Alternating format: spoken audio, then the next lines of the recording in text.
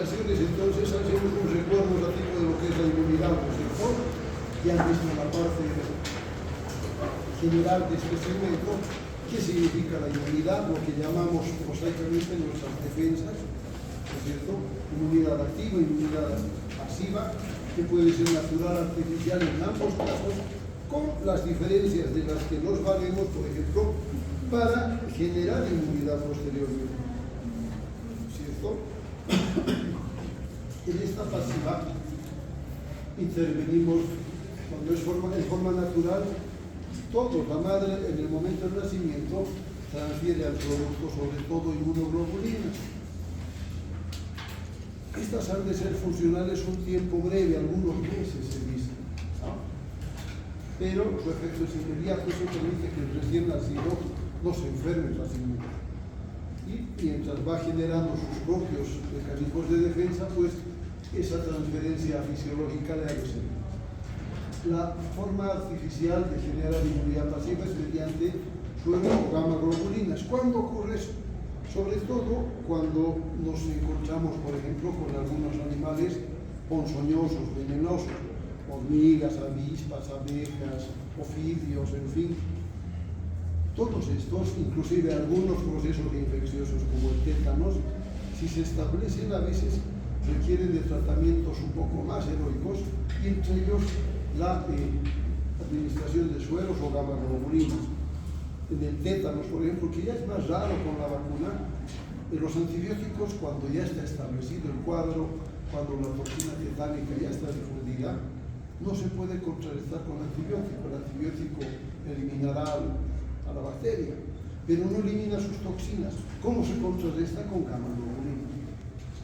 Entonces, con los casos de picaduras por arañas, las que son muy venenosas, estas gamma globulinas, estos sueros inmunes, sirven para contrarrestar efectos. Pueden ser la diferencia entre la vida y la muerte.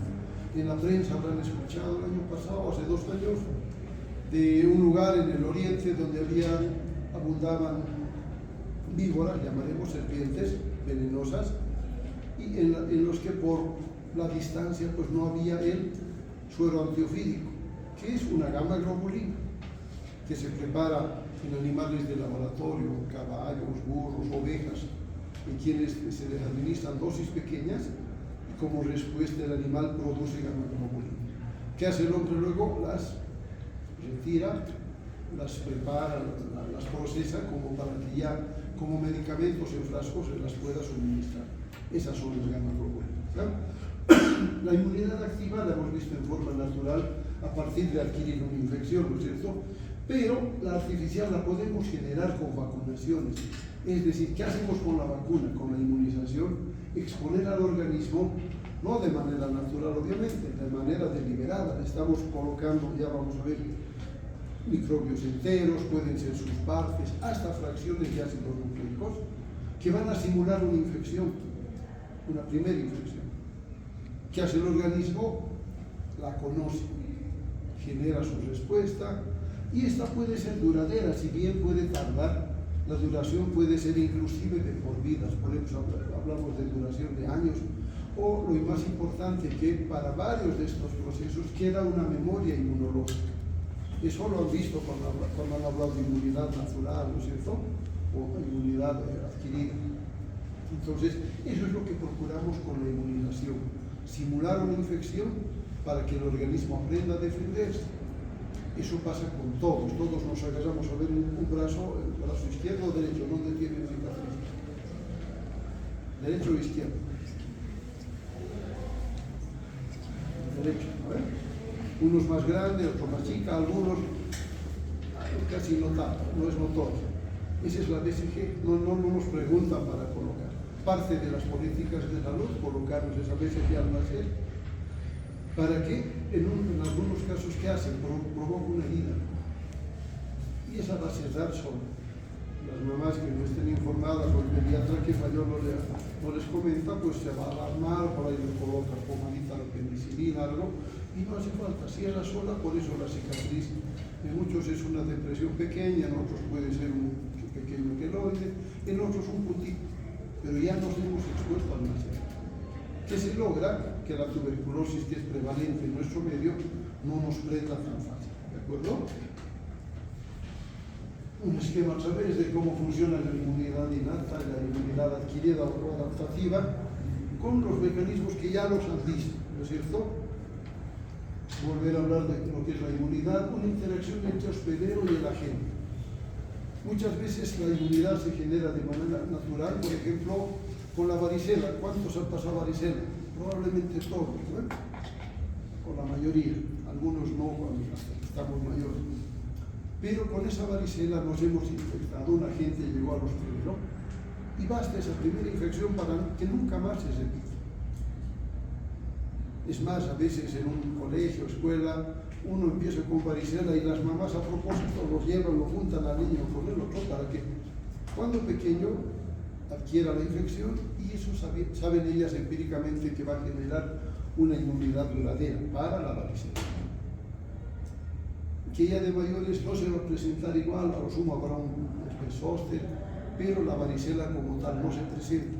En edades tempranas no es tan nociva como puede ser en edades mayores, por eso se procura esa infección. La inmunidad que se genera entonces va a ser diferente de acuerdo a la gente, de acuerdo a las características de esa infección. Esto puede ser inmediata, inespecífica, no inducible o al revés. Inespecífica, inducible, la vacuna buscamos eso, pero en algunos casos no hay memoria. La gripe, por ejemplo, la adquirimos cada año.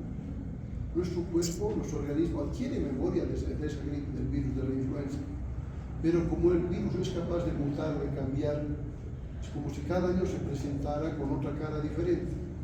Por eso es que volvemos a infectarnos, volvemos a resfriarnos y pues pasamos y otra vez a esa cepa nos hemos inmunizado hasta que aparezca otra. ¿Cuándo es importante vacunar en estos casos?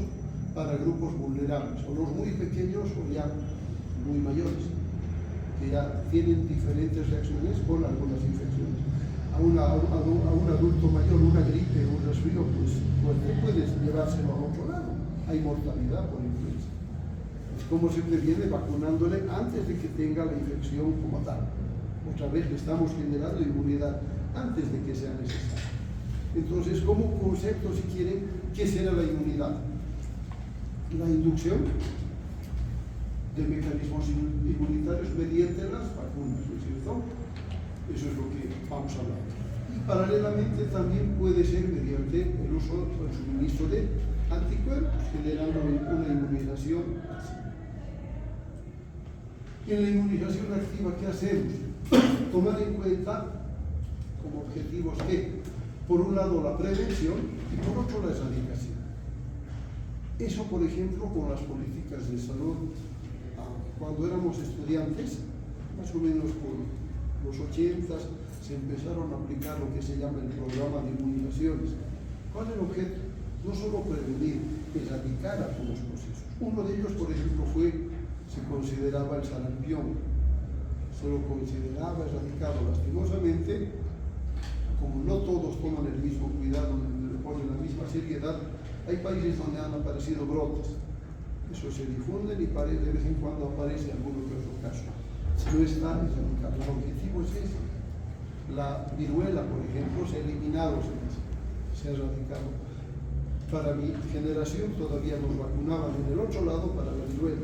Sin preguntar, nos inyectaban porque tenía sus efectos. Se ha logrado buena cobertura, ausencia de casos, ya no son los estrelinos, sino se logró eliminar la amenaza. La viruela, el virus de la viruela actualmente existe solo en laboratorios de tercer nivel o más, donde está como residuo, ¿ya? Pero se ha logrado eso. ¿Cómo? Con ese proceso de la inmunización activa, con el uso de las vacunas. ¿Qué vamos a utilizar entonces para esa inmunización activa? Les decía al comienzo, pueden utilizarse microorganismos vivos atenuados, microorganismos inactivos, componentes antigénicos de esos microorganismos o inclusive sus exotoxinas inactivadas. Con ejemplos, ¿no? Donde usamos microorganismos vivos atenuados, por ejemplo, para la famosa BCG. ¿Qué significa BCG? Bacilo Calmette Guerin, Calmette Guerin. Más adelante hay alguna gráfica con el nombre escrito, ¿ya? Les decía esa vez que los colocan a todos, pero que había sido un bacilo parecido al de la tuberculosis, pero no es el mismo micobacterio, pero que está vivo y que está debilitado, por eso provoca una pequeña infección local suficiente para generar inmunidad en nosotros. No es plena, lastimosamente, si no ya no habría tuberculosis. Alguien puede tener la lógica, me dice, si a todos nos han vacunado, ¿por qué sigue habiendo? Por un lado, porque no todos se han vacunado. En área rural, por ejemplo, no a todos los llevan a atender a un puesto de salud hospital.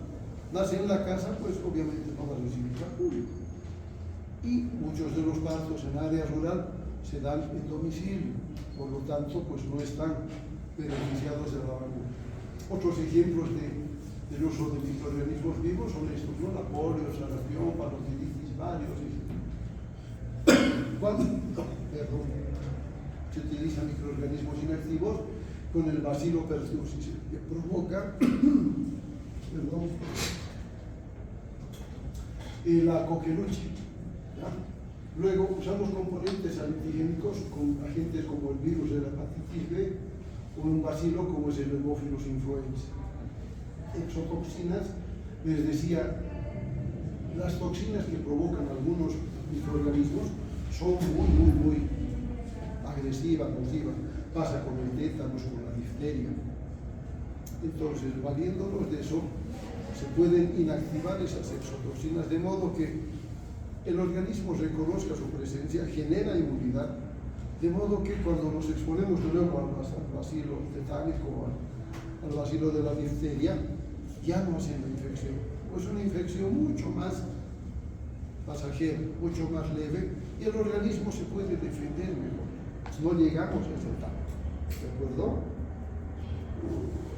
Decían en inmunización pasiva, entonces utilizamos anticuerpos, ¿no?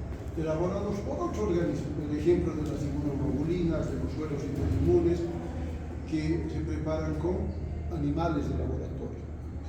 A ver si alguien conoce Vinlasa, todavía se crían ahí animalitos al fondo, hay burritos, hay ovejas, porque sirven para preparar esto. Y la otra forma, la transmisión materna al feto por vía transplacental. ¿De acuerdo? La fabricación de vacunas ha ido cambiando. En resumen, se habla de que hay tres formas, ¿no? Podemos usar otra vez al microorganismo íntegro, así como hemos visto ejemplos, atenuado, debilitado, fragmentos del microorganismo, estamos por eso graficando las notas, aquí está todo, ¿no es cierto? Fragmentos de este pueden ser proteínas de superficie, proteínas de su membrana, en fin, pero que sean capaces de inducir una respuesta de parte de nuestro sistema inmunológico. Y finalmente, su material genético, sus ácidos nucleicos. Eso es lo último. Eso es lo que se ha ganado, por ejemplo, con la experiencia del coronavirus, sobre todo. ¿Ya? Otra vez los agentes podrán ser eso.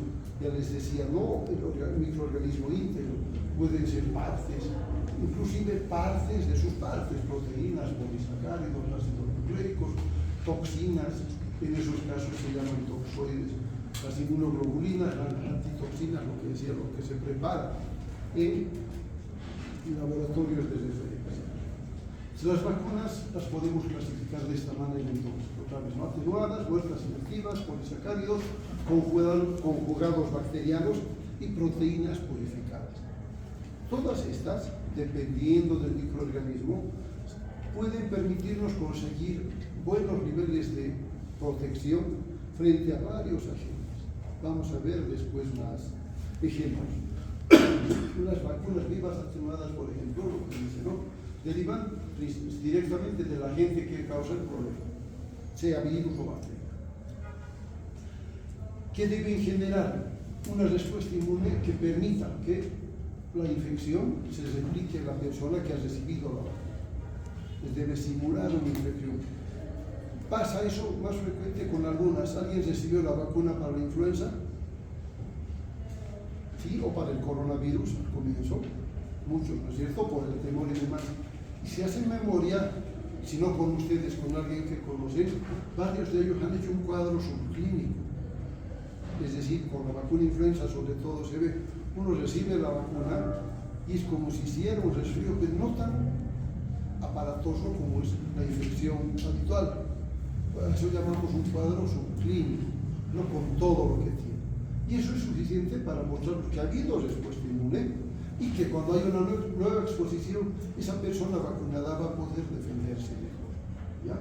Por eso hablamos que eso debe generar una respuesta inmune similar a la que se logra con una infección naturalmente adquirida. Esa es la idea de la vacunación. Y en lo posible, la efectividad se logre con una sola dosis. Lamentablemente no ocurre con todo. En el caso de la influenza sí puede ser. Hay otras vacunas que con una sola dosis se logra una alta efectividad, alto nivel de protección, pero no con todas. ¿Cuál es el problema de estas vacunas con virus o bacterias vivas? Que tienen una duración corta, porque requiere, como están los bacilos o virus vivos, debe conservarse adecuadamente, por eso es que pueden dañarse, inactivarse, o los exponemos a la luz, pues ese ya no sirve, ese preparado ya no es útil, ¿de acuerdo? Como ejemplos tenemos varios, tuberculosis, cólera, tifoidea, polio, varicela, etc. Entre otros, por eso en el etcétera están otras cosas. Las vacunas inactivas o muertas, ¿no? En las que logramos que la bacteria crezca y luego por algún método químico o por calor se logra que estas bacterias se mueran, ¿no? Estas, por lo tanto, no han de causar enfermedad, pero la exposición del organismo a estas bacterias permite que el organismo reconozca la bacteria como agente infeccioso. Si se acuerdan de las respuestas inmunes con todo antígeno, ¿no es cierto? Y el antígeno puede ser, ya hemos visto, la bacteria íntegra, partes o inclusive fragmentos mucho más pequeños.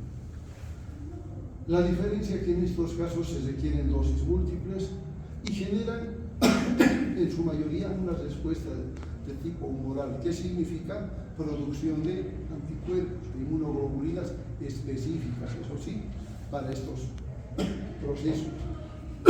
Los ejemplos los vemos ahí abajo. No tómenlos en cuenta para su examen. Luego están los otros tipos de vacunas, ¿no es cierto? De subunidades recombinantes, polisacáridas, vacunas combinadas.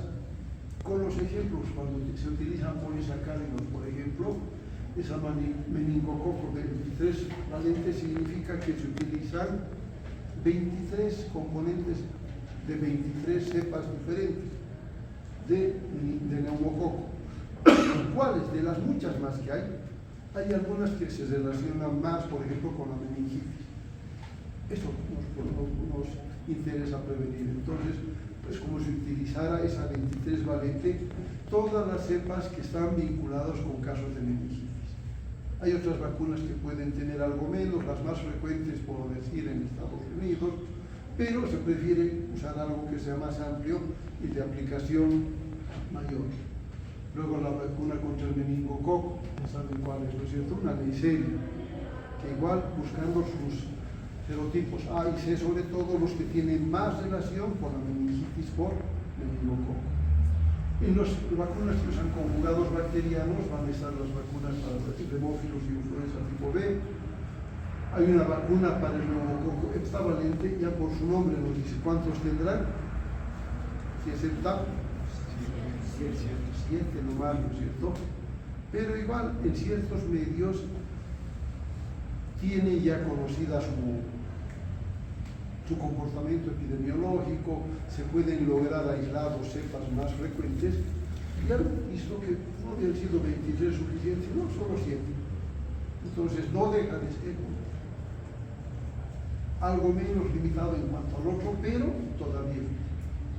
O lo que habían visto, no hacía falta usar los dos serotipos de meningococo, no solo porque el C es el más virulento, sino.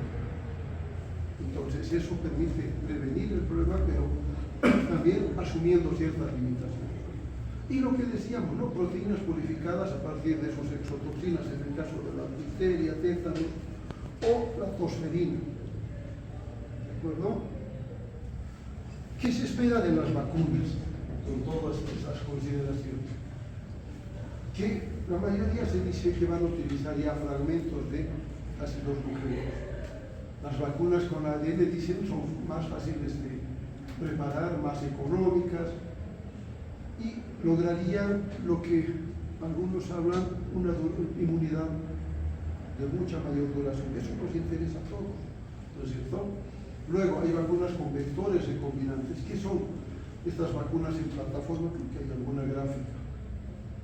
Es como si utilizaran un otro microorganismo que va a transportar una parte de la vacuna, ¿no?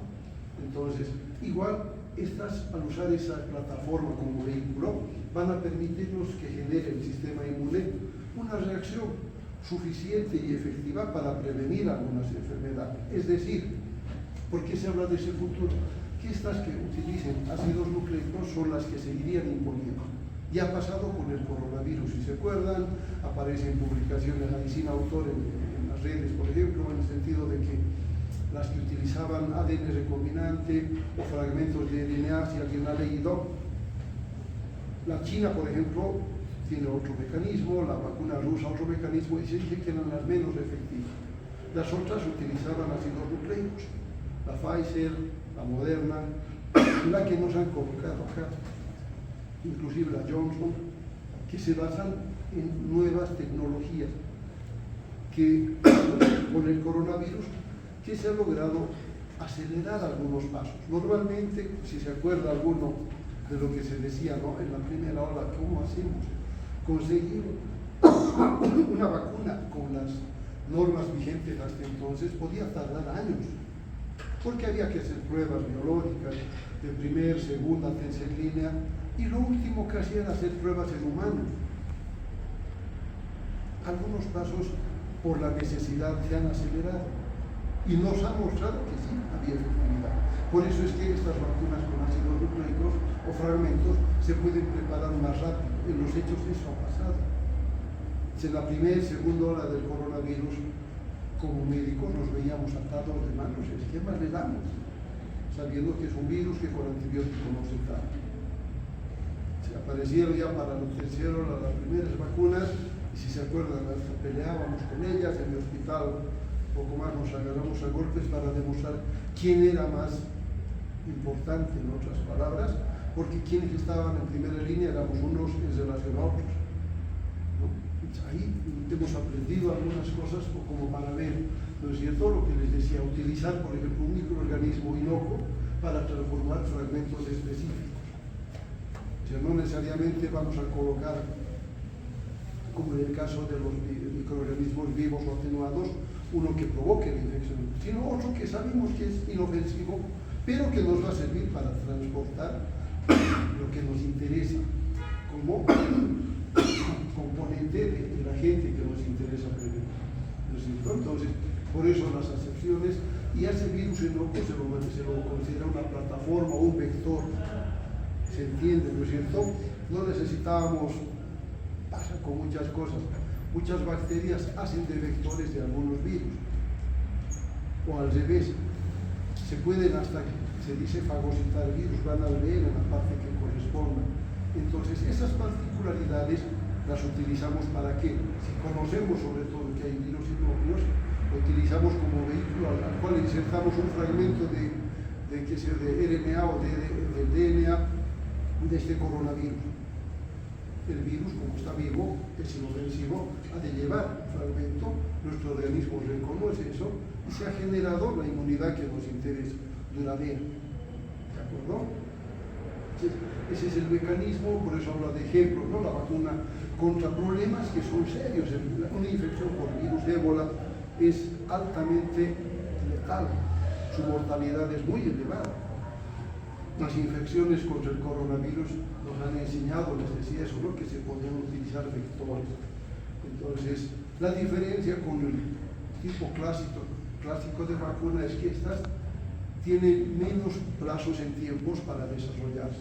La experiencia nos ha enseñado en los años anteriores, ¿no? Otra vez la gráfica donde utilizamos una fracción del microorganismo, no todo, ¿no es cierto? A eso llamamos subunidades antigénicas.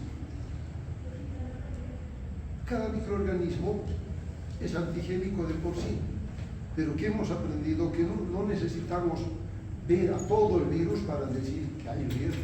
El organismo puede detectar fracciones y eso es suficiente para generar inmunidad. ¿De acuerdo? Inclusive con fragmentos más pequeñitos de sus ácidos nucleicos. ¿De acuerdo? Esto nos habla, ¿no es cierto?, de la particularidad, de la facilidad de usar estos ácidos nucleicos otra vez para abreviar sobre todo tiempo, para saltar etapas, saltar pasos, de modo que inclusive podamos buscar la prevención no solo de problemas infecciosos, sino problemas como el cáncer.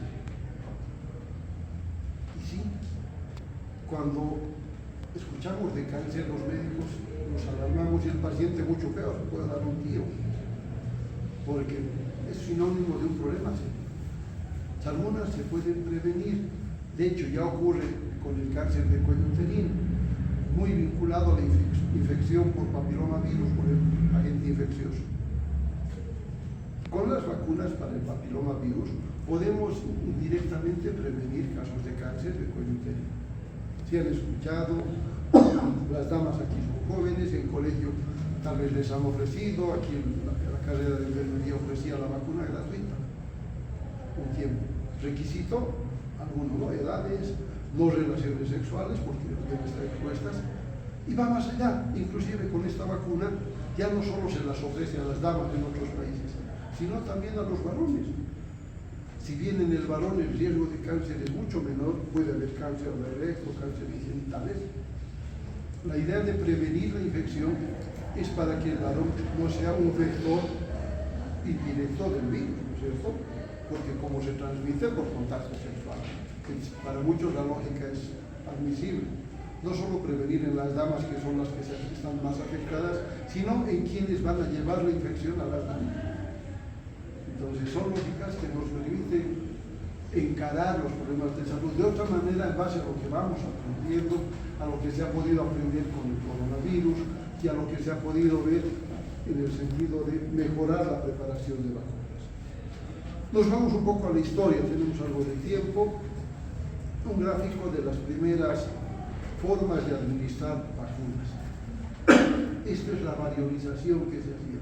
Si se dan cuenta, al niño lo están agarrando entre varios para que no se mueva y el médico le está provocando, si tienen unas erosiones, excoriaciones a propósito, se llamaba variolización, en las cuales ponía en contacto el agente. De ahí viene el término de vacuna. Vamos a ver, ¿no? Había lugares donde las infecciones eran muy frecuentes. Y este Jenner, imagínense, este Edward Jenner para 1796, hace sus observaciones, registra cosas, y veía un grupo de gente que no se enfermaba con algo que era muy frecuente, como era la viruela, ¿no? Había un grupo de gente, granjeros, ordeñadoras, que estaban en contacto con un agente que en las vacas provocaba también lesiones en las uvas. Eso era la vacina, ¿no? Entonces, producto de esas observaciones que hace, de que las granjeras nunca adquirían viruela en relación al resto de la población. Y a partir de eso es plantea esa posibilidad, ¿no? Generar una respuesta inmune a partir de la exposición al agente de la vacuna. ¿Dónde? En la piel, donde más se prepara. Esa es la escarificación, lo que veíamos en el gráfico anterior. Si quieren rasparle la piel, provocarle un escara, una excoriación y colocar ahí el preparo. Resultado, inicialmente, que es indignante, ¿no? Que al niño o a alguien le hagan eso, en fin, pero en el tiempo se ha ido imponiendo y pues se ha logrado conseguir que Jenner, a través del contacto, sus observaciones sobre la viruela bovina, nos ha enseñado a prevenir la viruela, que era un problema, un azote importante hasta no hace mucho, hasta los 60, 70. Pues les decía, algunos nos han vacunado todavía para la viruela, ya no es parte de los estudios. Y luego en la historia aparecieron otros, ¿no? Les decía, aparte de Jenner para ese año, cuando Noel Pasteur y Koch, entre el 80 y 85, 1800, en sus observaciones describen las características de algunas infecciones y cómo se podían prevenir estos problemas, ¿no? Igual por esa época, von Helming y Tasato prepara las vacunas contra difteritétanos. Imagínense, más de 100 años atrás. Seguimos, ¿no? Para algo importante era Jonas Salk, que consigue una vacuna para la polio. ¿Cuál es la diferencia? Que es la polio que se utilizaba por vía parenteral, había que inyectarla. A diferencia de la que hizo más adelante Sabin, algunos años más tarde, que era una polio por vía oral, la que actualmente se utiliza. Pero esta polio parenteral, la antipolio mejor, es la que se ha vuelto a utilizar en algunos lugares porque ha mostrado tener un rendimiento mejor que la antipolio oral. Para nuestros niños cómodos, ¿no? Que le demos gotitas, les han dado a ustedes, igual a poco de nacer, a los meses, en relación a que los papás vean que al niño le están inyectando, ¿no? El resultado inicialmente es el mismo, pero en ciertas condiciones la antipolio parenteral resultó ser mejor. Luego Enders, que se desarrolla la vacuna contra el sarampión por los 60, parte de esa historia. Enders otra vez cuando mejora la vacuna para el sarampión, Hilleman produce la vacuna para la parotiditis, ruso descubre la vacuna para los rubéola. A partir de esas experiencias que se van mejorando, preparando, con lo que hemos visto. Otro apellido es Pesnilson, ¿no? Que tiene importancia con el hemófilos, la varicela, el neumococo, años que aparecen, si bien lejanos, en la historia de la medicina más recientes, ¿no? Hablamos de unos 50 años, 49, digamos, que hay la vacuna contra el neumococo, importante por la meningitis, sobre todo causada por el neumococo, ¿no? Y si se fijan, algunos apellidos se reiteran. Hilleman, otra vez, ¿no? Con la hepatitis, Nilsson, ya mejorando la vacuna para el hemófilos influenza tipo B, que es causante también de una meningitis importante. Para el 92, la hepatitis tipo A. El 2005, más reciente, 20 años atrás recién, imagínense la vacuna para el virus del papiloma humano, el que les decía vinculado con el cáncer de cuello uterino. ¿Por qué? Porque hasta entonces, hablaremos en la facultad,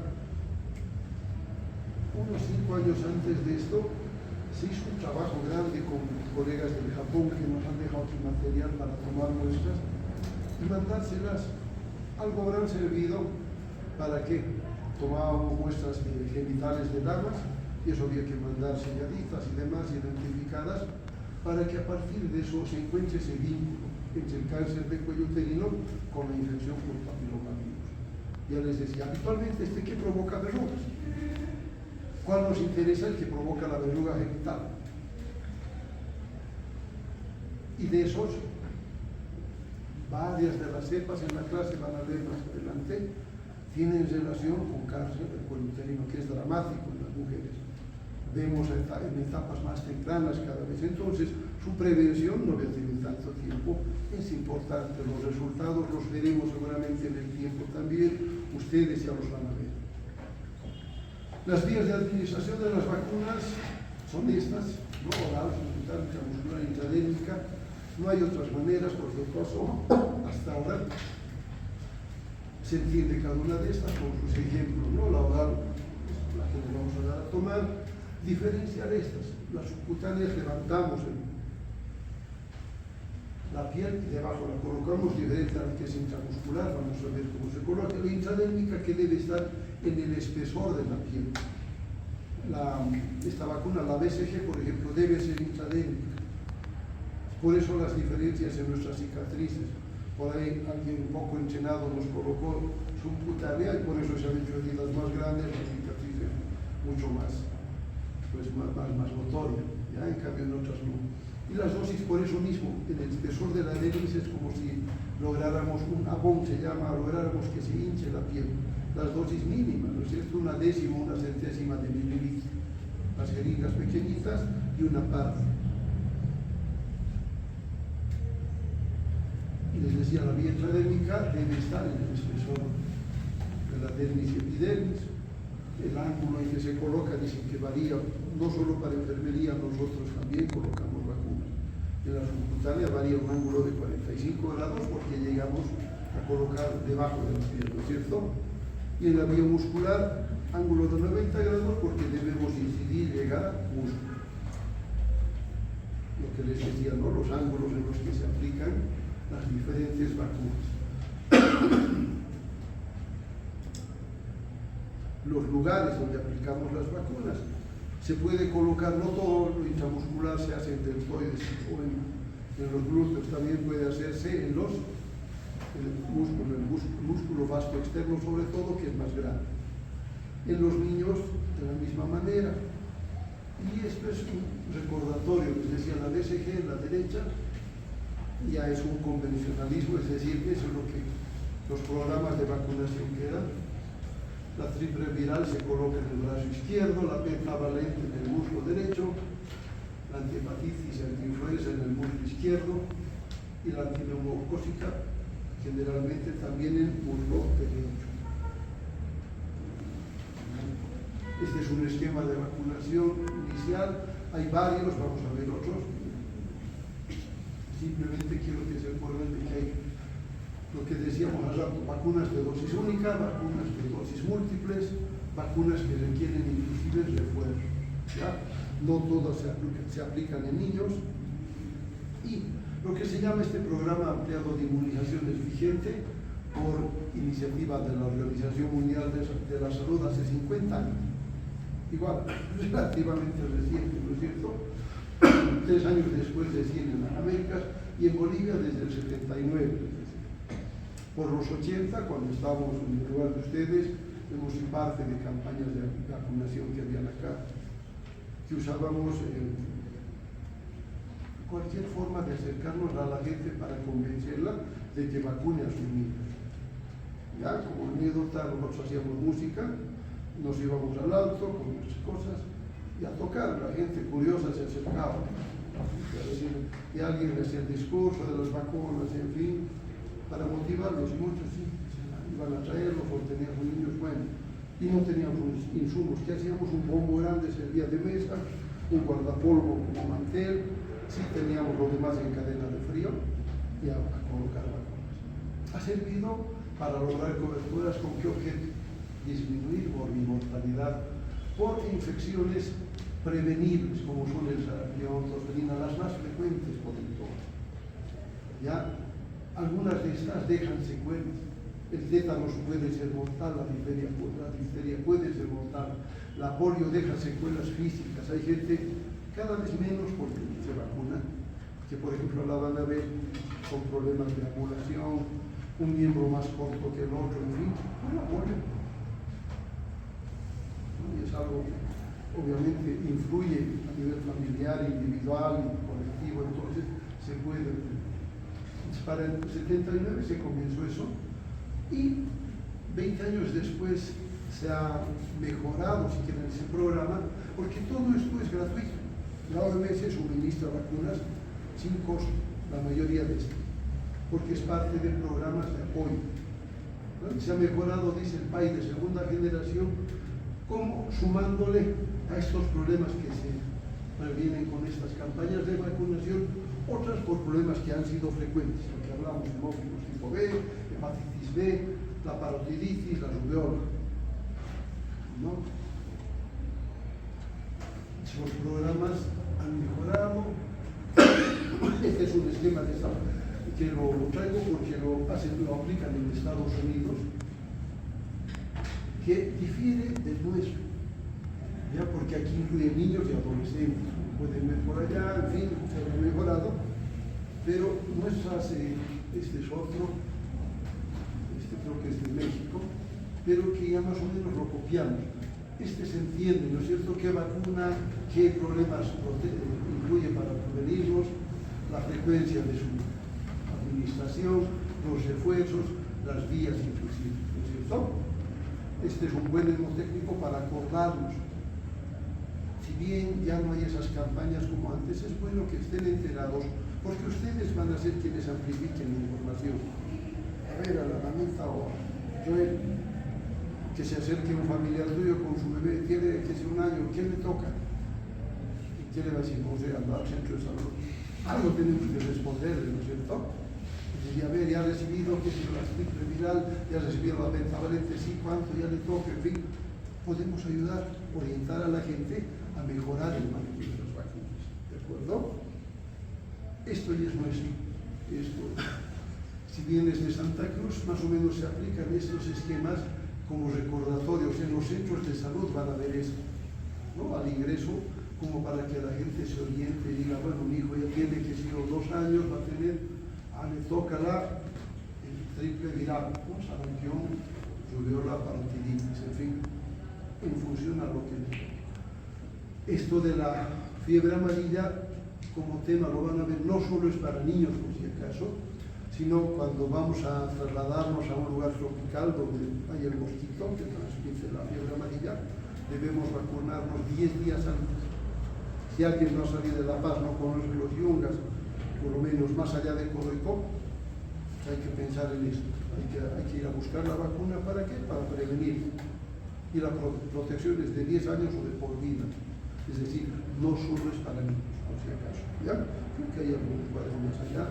Otro esquema nacional de vacunación, este ya es del Ministerio de Salud, donde incluye eso, ¿no es cierto? Vacunas inclusive para adultos, la difteria, tétanos, sobre todo en quienes, en mujeres. En el campo les decía, las mujeres tienen sus partos en domicilio, las condiciones no son las adecuadas y ellas se exponen a infecciones por tétanos.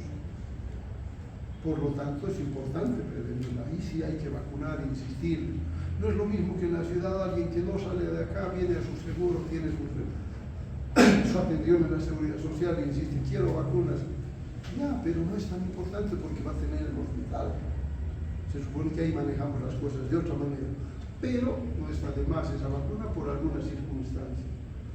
Se ha incluido, les decía, dentro de ese PAI ampliado, antiinfluenza estacional, para quienes, para adultos mayores, ¿no? Porque representa población, grupos de riesgo. ¿Qué es importante en las vacunas? La bioseguridad. En práctica se han visto que es la bioseguridad, ¿no es cierto? Aquí tenemos otra definición, pero tiene que ver con un manejo adecuado de las vacunas. Es decir, no solo hablar de vacunas, sino tener en cuenta que el manejo debe implicar criterios mínimos de bioseguridad. No solo para cuidarnos nosotros, sino también para que un manejo adecuado de las vacunas permita que la población esté mejor protegida. Volviendo al ejemplo que les decía, ¿no? Las campañas había, y estando acá entendíamos esto de bioseguridad, no todos. Después habían campañas donde veía uno, ya hasta ahora, cuando hay campañas para la vacunación de perritos, ¿han visto cómo manejan sus vacunas? No sea, ¿no es cierto? Si no se conservan adecuadamente, pues estamos colocando agua.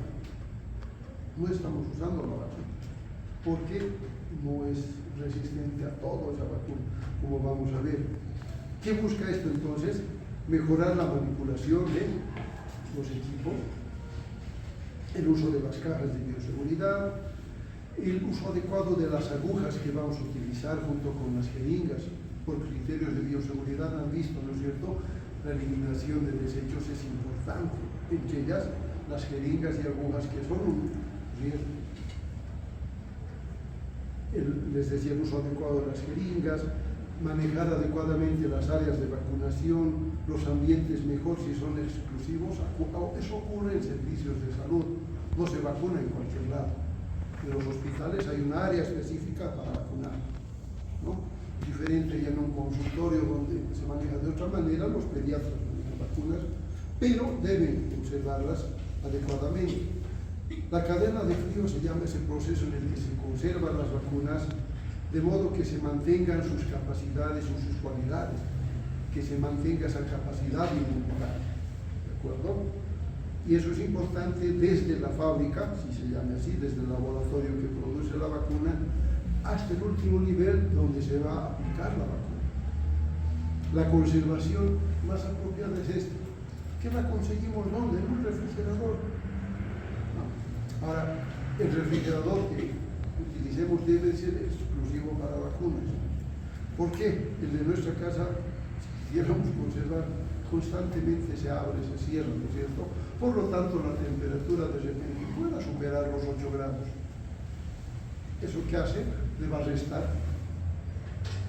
efectividad a la vacuna. Entonces, mejor si son exclusivos para eso. ¿Dónde veíamos esto? En área rural.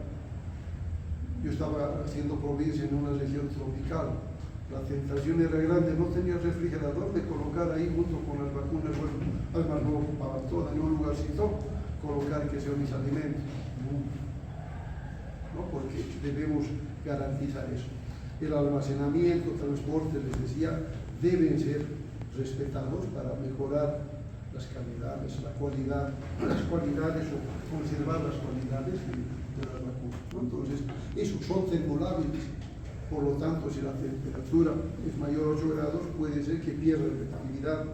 Algunas serán más sensibles al calor, a la luz del sol, por ejemplo, y si las hemos expuesto, como dicen, ¿no?, ya no va a devolverse esa cualidad, así las vamos a conservar, a tener en cuenta cuando las manejemos. ¿Qué nos facilita ese manejo de la cadena de frío? Los termos, aunque no se ve muy bien. Estos son como cajas cuadradas que permiten manejar un cierto tiempo, tienen, llamaban perritos, ¿no?, la caja térmica, y alrededor como envases de plástico con agua congelada para poner hielo. Con eso garantizábamos esa cadena de frío. El otro es otro modelo, esta es la que veíamos más acá, creo que todavía lo tenemos en Bolivia, y esta es la cadena de frío desde el productor. Imagínense, ya sea por la vía que llegue al usuario, en todas ellas debe conservarse esa cadena de frío. Hay almacenes centrales grandes a nivel nacional, luego los regionales, luego los locales, hasta que llegue al final, ¿no es cierto?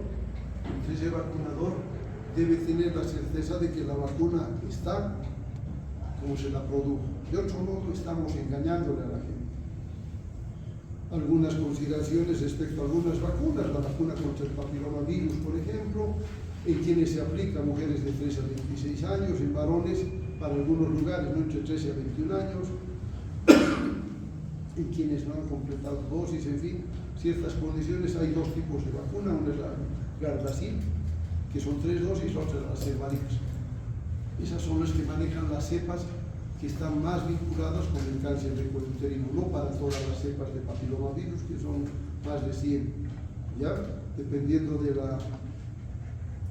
del tipo de vacuna, alguna los protege contra 4 o 5 cepas, y otra para más cepas, ¿de acuerdo?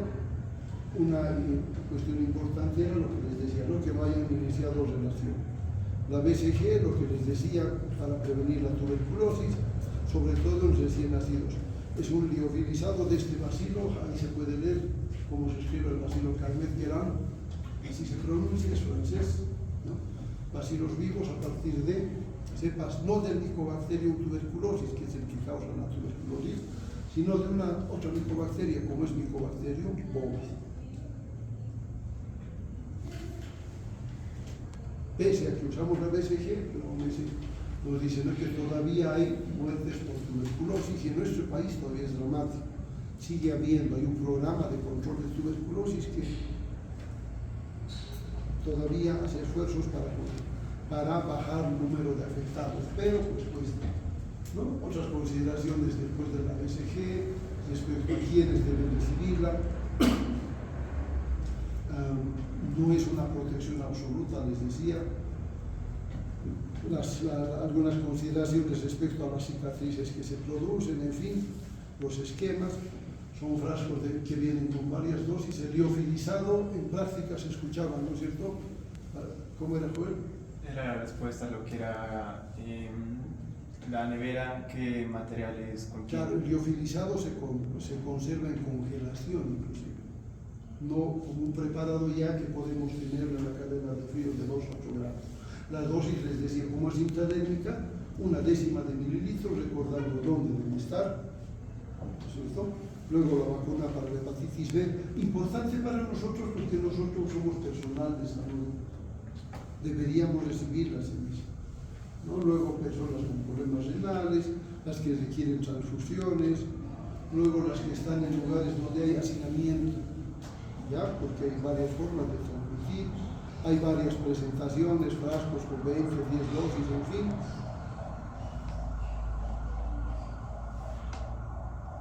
Les decía, la vacuna contra la polio y la pentavalente que se administran simultáneamente,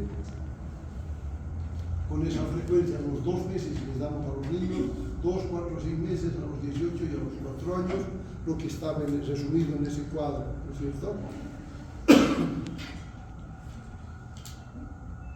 Otra vez esa pentavalente más el antipolio, que incluye la pentavalente, 5 agentes, ¿vale? Pues se llama pentavalente. Y lo que les decía, algún lugar incluido como una hexavalente, incorporándole el antipolio parenteral. ¿Ya? Diferencias con las que buscamos eso, ¿no? Los márgenes de protección que logramos, por ejemplo, son importantísimos, por lo menos el 85% es alto, en algún caso el 100%, son márgenes muy importantes. Y esto nos muestra lugares donde se utiliza esta vacuna para el diagnóstico de un área coloreada que sí que está protegida, pero frente a un área muy extensa que si bien el cuadro es de hace unos años, pues es algo que como médicos nos motiva a decir, ¿por qué no los demás? ¿Por qué no todos? ¿Cierto?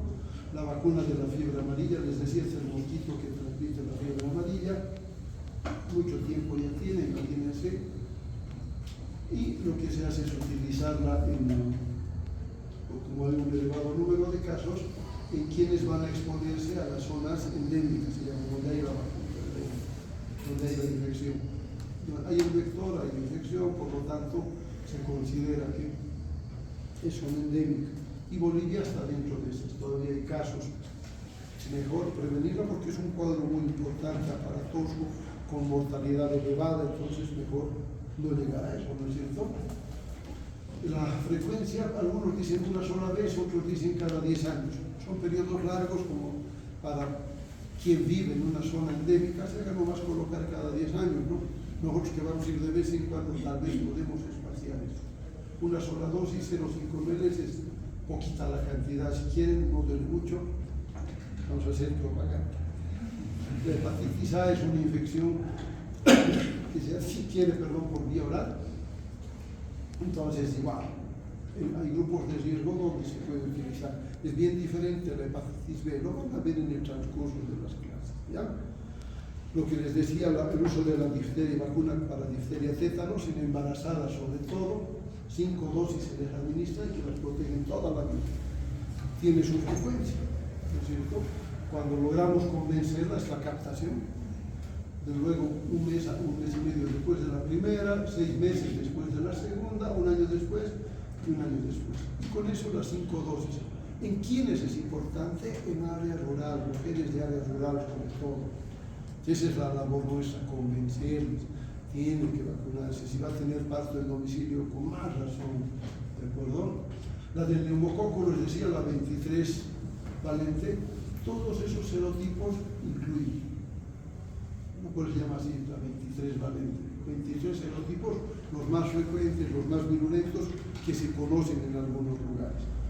¿Ya? Había, en fin, algunas consideraciones, junto con otros agentes en los programas de inmunización de todos los países casi. La vacuna para el meningococo utiliza otra vez lo que veíamos, los serotipos A, C, decía Celato. Y ahí están todos los serotipos que hay. Entonces, algunas utilizan hasta 4, otros solamente 2 y otras solo 1. Por eso nos habla de las diferencias entre lo utilizado para el tipo A o C, la bivalente A y C, la tetravalente con todos estos grupos y la conjugada. Entonces, algunas diferencias de acuerdo a la epidemiología de cada país, no es la misma en todos. Por eso alguien diría, pues, ¿para qué tantas vacunas? ¿No? Pues cada país maneja criterios epidemiológicos por los que conoce, más o menos qué cepas están prevalentes. Entonces ahí por ejemplo, una para el neumococo 23 valente también debe costar mucho más que una que maneje 7 serotipos. Entonces basta de repente con los 7 serotipos para nuestro país. Hay la diferencia, ¿no? Porque los pediatras ya han hecho parte, si alguien tiene niños o hermanos pequeños, van a ver que los pediatras son los que suministran vacunas, pero a diferencia de los programas, ellos cobran y facturan caro. A veces uno dice, tengo dinero, pues no importa gastar para los pequeños, cuidar a los niños, pero no es necesariamente la mejor control. Otra vez la siguiente administración, dosis, en fin, de cada vacuna. La vacuna contra la rabia no es parte de los programas, pero es igual, es un cuadro muy serio que se puede prevenir tanto en los reservorios, como son los animalitos, perros y gatos, como en nosotros cuando estamos en contacto, ¿no? Una vacuna que se prepara, en este caso visto, con células humanas, ya no bacterias, una variante, ¿no? Otra, la antirrábica que se utiliza para animalitos es la que utiliza virus inactivos, ¿de acuerdo? ¿Dónde se crían los virus? En embriones de pollo. Es una vacuna que se prepara en el Vilasa, por ejemplo. No necesitamos comprar de las pocas vacunas que se hacen en Bolivia. Muy pocas, deben ser las que contemos con la mano. Esto sí se prepara en el Vilasa. Había un profesor de la cátedra que tenía que ver con eso, sigue trabajando en ello, el doctor Bolaños, hay que reconocer eso. Y bueno, el esquema varía dependiendo de la exposición. No hay uno de 3 dosis, luego hay otras 2, finalmente una de refuerzo.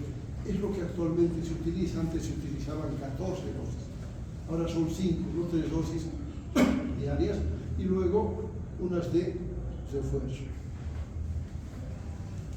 Algunas consideraciones para la vacuna para el negocio de influenza. Igual, si se dan cuenta, la conservación más o menos coincide, en la vía, también coincide. Algunos mitos sobre las vacunas, ¿no? Que hay que descartar, que las vacunas son tóxicas, sobre todo con el coronavirus. Circula, ¿no es cierto?, información que dice que nos han hecho daño, que van a aumentar los casos de cáncer, son mitos. Tendría que ser una publicación seria que nos demuestre estas cosas. Y hay varias de estas consideraciones que la gente a veces maneja, ¿no es cierto? Entonces, nosotros nos ocupemos de decir, pues no es así. Que, por ejemplo, que la triple viral produce autismo. He escuchado lo mismo de las vacunas para el coronavirus, que podrían a largo plazo provocar autismo. ¿En quiénes no hemos vacunado a niños? Entonces, nosotros ya no, ¿no es cierto? Varias de estas consideraciones que hay que eliminar, ¿de acuerdo? Yo no recuerdo de esas épocas cuando hacíamos esas campañas. El grupo que les decía se llamaba así, no tocábamos el casi, esto es de una entrada universitaria. El grupo así se llama Marajata, se llama Sevilla Sana, y éramos parte de esas campañas. Listo, hemos acabado, muchachos, gracias por su atención.